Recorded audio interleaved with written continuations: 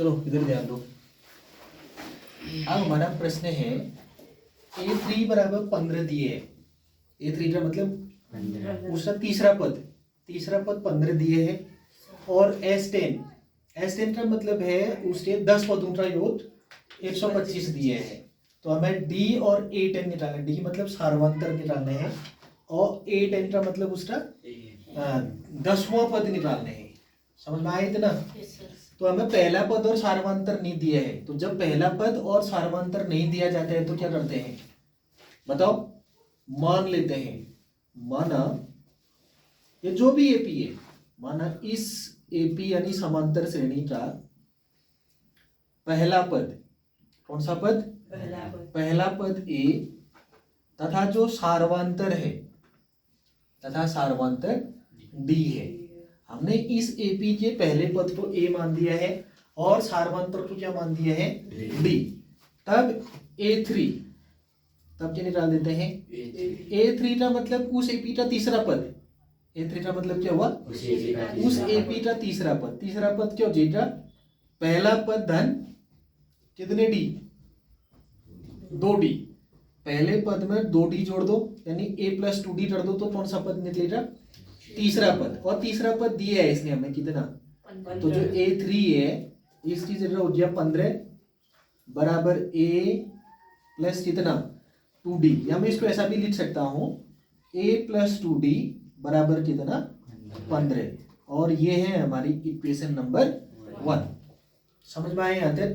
अभी कुछ भी नहीं कर रखे हैं, खाली उसने A3 दिया था, हमने A को पहला पद मान दिया और D को मान दिया सार्वंतर।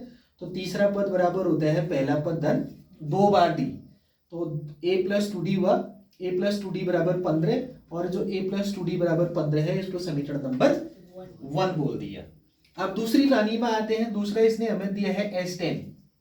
क्या दिया है? S10। तो S10 का फॉर्मूला लिखते हैं, क्योंकि Sn बराबर होता है n/2 इंटू 2a प्लस क्या हुआ? n-1 इंटू क्या होते हैं? d। ये Sn का फॉर्मूला है। Sn बराबर n/2 2a plus n-1 into d। ये सूत्र है, इसको तो याद करना ही पड़ेगा।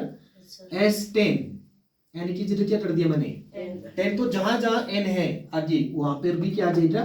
10। तो इधर 10/2 है, इधर 2a ऐसे का ऐसा, ये जो n है उसकी जगह क्या बन गया? 10-1 इंटू क्या कर देने हैं? d। तो S10 कितना दिए है? S10 प्रश्न ने हमें क्या दिया है? 125। जो S10 है उधर 125 आ जाएगा। बराबर 2 से काट दो 10 को कितनी बार? 2 पंचे 10 से बाहर 5 हुआ। अंदर 2a प्लस 10 में से घटा दो 9d। इतना समझ में आ रहा है?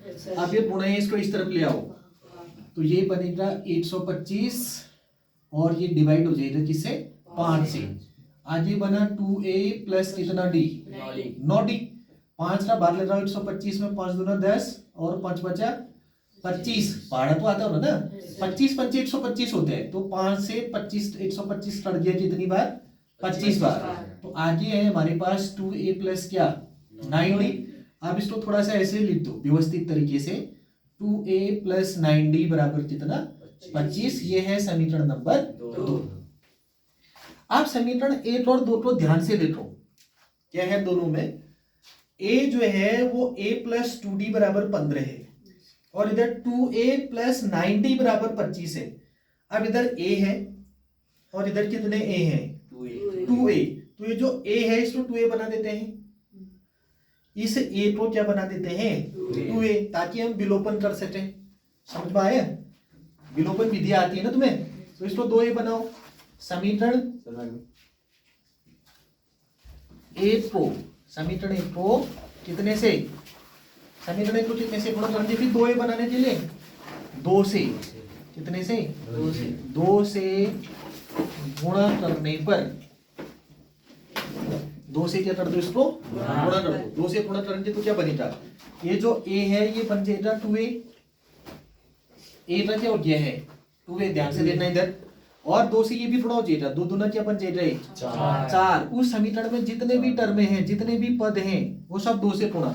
ये 15 भी 2 से गुणा हो जाएगा, 15 दूना 20। तो ये है इक्वेशन नंबर 3। तो हमने 1, 2 और 3 समीकरण बना दिए। अब 1 का कोई काम नहीं है तो 3 और 2 से देखते हैं। समीकरण 3 में से समीकरण 2 को घटा देते हैं तो क्या मिलता है? चलिए समझिए। समीकरण 2 ऋण समीकरण 3 ऋण समीकरण 2 से 3 में से किसको घटाते हैं? तो 3 को लिखो पहले। 3 क्या है? 2a है, फिर 4d है बराबर कितना? 30। और इधर क्या है? 2a है प्लस कितना d है? 9d है बराबर कितना? 25। और तुम्हें पता है जो समीकरण घटाई जाती है उसके चिन्ह बदल जाते हैं। घटने वाली समीकरण के चिन्ह बदल जाते हैं। तो नीचे वाला ये जो प्लस है वो माइनस, ये जो प्लस है वो भी माइनस, और ये जो प्लस है वो भी माइनस। तो 2a प्लस है 2a माइनस है, बोथ आर कैंसिल। तो 9d को 4d में से घटा दो, छोटे में से बड़े को घटा रहे हैं तो माइनस, तो क्या बचेगा? Minus 5d। 30 में से 25 को घटा दो 5, तो d बराबर क्या हो जाएगा? 5 बट्टा ऋण 5। ये गुणे हैं, उधर जाएगा बात हो जाएगा ना। तो d बराबर कितना आया? -1। ठीक है इतना। आप क्या करो? d का मान किसी भी समीकरण में रख दो। समीकरण 1 में रखने पर d का मान समीकरण 1 में रखो। क्या है समीकरण 1? यह है a + 2d। a + 2d की जगह -1, d -1 आए नहीं, तो d -1 हो गया बराबर कितना? 15। बराबर क्या हो गया? 15।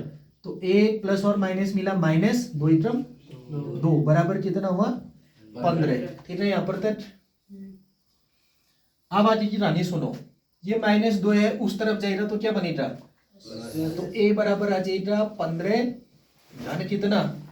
ये ऋण 2 इधर चला गया, धन 2 बन गया। तो a बराबर 15 में 2 जोड़ दो 17। तो ये हमें क्या पूछ रहा था? पहले तो इसने पूछा हमसे d पूछा था ना, तो d बराबर -1 आ गया। एक आंसर तो ये है हमारा। फिर हमने a निकाल दिया है, कितना आ गया? 17। आप क्या पूछ रहे हैं हमसे? a10। तब a10 मतलब 10वां पद।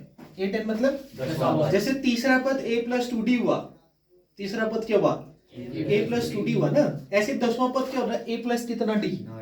a + 9d। a + 9d। तो a10 = a का मान रखो, ये कितना है? a 17 है प्लस 9, d भी रखो। d क्या है हमारा?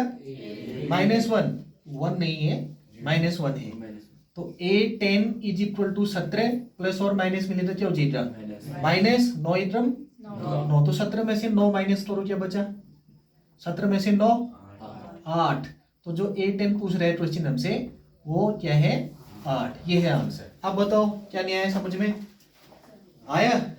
चलो बताओ।